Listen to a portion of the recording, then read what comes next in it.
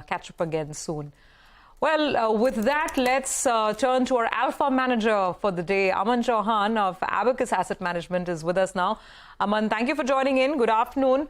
And good to have you on the show. You know, I'll cut to the chase straight away. I was combing through, the fact sheet that you sent us to see if you own any IT stocks, and I found one or two names here and there. I think there's HCL Tech on the large cap side, and there's also Emphasis. Are you concerned with what the two large industry titans have said and delivered? Or do you think this is a one-quarter phenomena and, it doesn't really change your view on the companies you own and the sector overall? Fine. For IT, I don't think it's just a one-quarter phenomenon. I think this could be 2-3 quarters. There's going to be slowdown in the discretionary spend, especially in the US and the European markets, which is the key target client for these companies. But having said that, these companies will continue to grow. The growth rates have slowed down, but it's still going to be a positive growth rate. And post this 1 or 2 quarters, I think the growth rate can pick up. And then this could be the good time to relook or maybe increase the weightages this sector. So I don't think one should write these companies off. Whether it's just a 1 quarter thing. It's a 2-3 quarter phenomenon where maybe in the next 3 to 6 months, we'll find better opportunities to relook at this and invest more. All right, Aman, and if we're looking at the IT names, we'll stick to the large cap. We would prefer the mid caps because the large cap at the base at which they are currently at, the size at which they operate in, it's very difficult for them to grow at high double digits. So we'd prefer mid caps where the growth rates can be at least mid-teens to high teens. All right, Aman, before we started this conversation, we were talking about Dawa. I'm looking at your portfolio. You'll have Dawa and you have Daru also. Sun Pharma, you have Radico Khaitan as well out there. What's the view on both these two spaces? Because both of them are placed very, very interestingly. One has underperformed for many, many years, that's Pharma.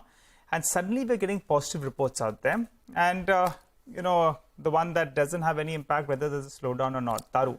How you're approaching both these two themes?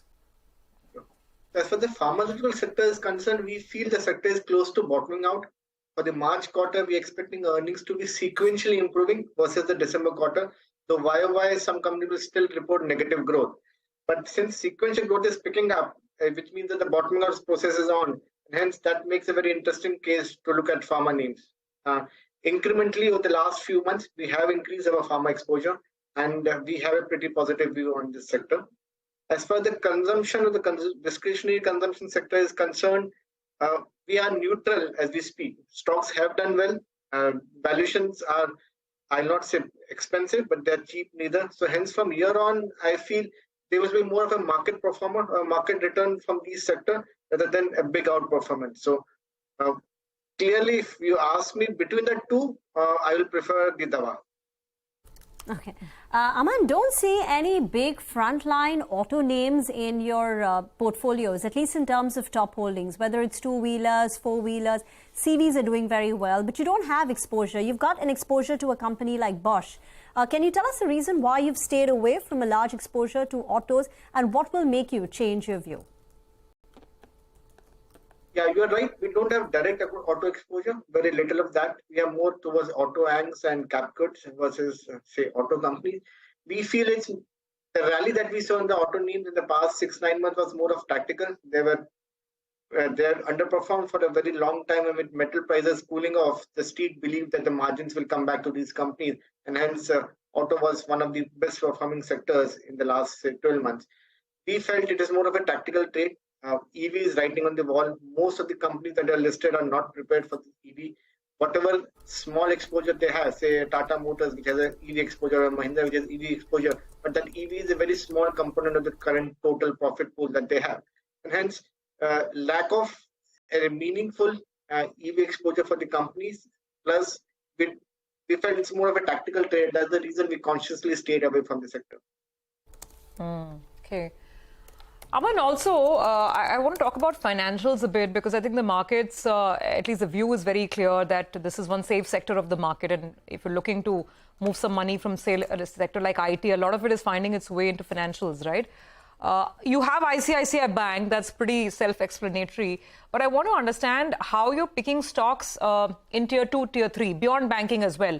For instance, I think you have an IIFL in the portfolio, you have an Aditya Birla Capital. So what are the filters you're applying, and you know, what are the trends you're looking out for in the non-bank universe? So within the financials, ex of banking, focus is restricted to the larger NBFCs where they have a decent liability franchise or will be able to garner funds. Over the coming, say, year or so, we feel only those institutions which are able to raise money would be able to fund their growth, right? So getting a good liability franchise is something which is very important, and hence we are restricting ourselves only to the top NBFC names. And beyond banking, there are some pockets where the growth rates are very high. Things are started to look up like microfinance. So we have increased our microfinance exposure. So we are looking at some small pockets here and there where a certain region or a certain segment can do well. So that's where our focus lies. All right. What about metals, Aman? You know, y'all have got into a couple of these names quite early. The two stocks that come to my top of mind are Sarda Energy as well as JSL Stainless. Both of them have worked pretty well for y'all. What are you all doing right now?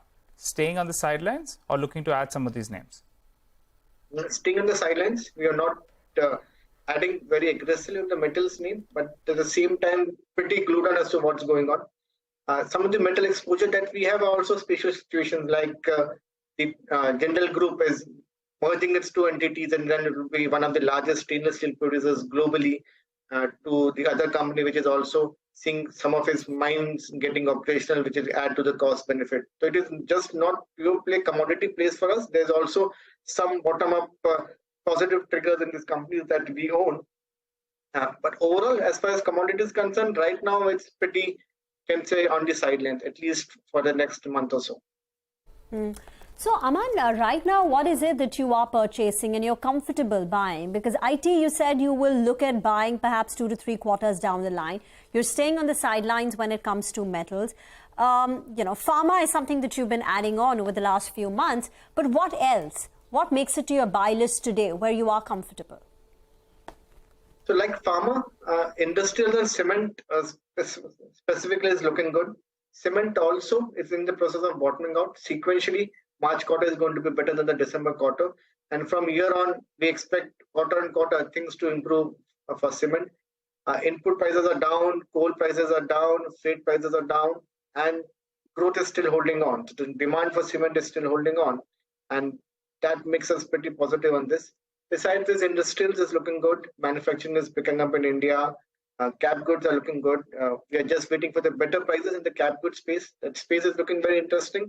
Hopefully, like we have some results coming in where the growth rates for these few companies have not been that great. And if stocks correct because of that, it could give us good entry opportunity. So these are some of the sectors that we are currently focused on, besides obviously financials. So we are increasing our financial exposures also. Okay, all right. Thanks a lot for stopping by, Aman, and discussing all those themes.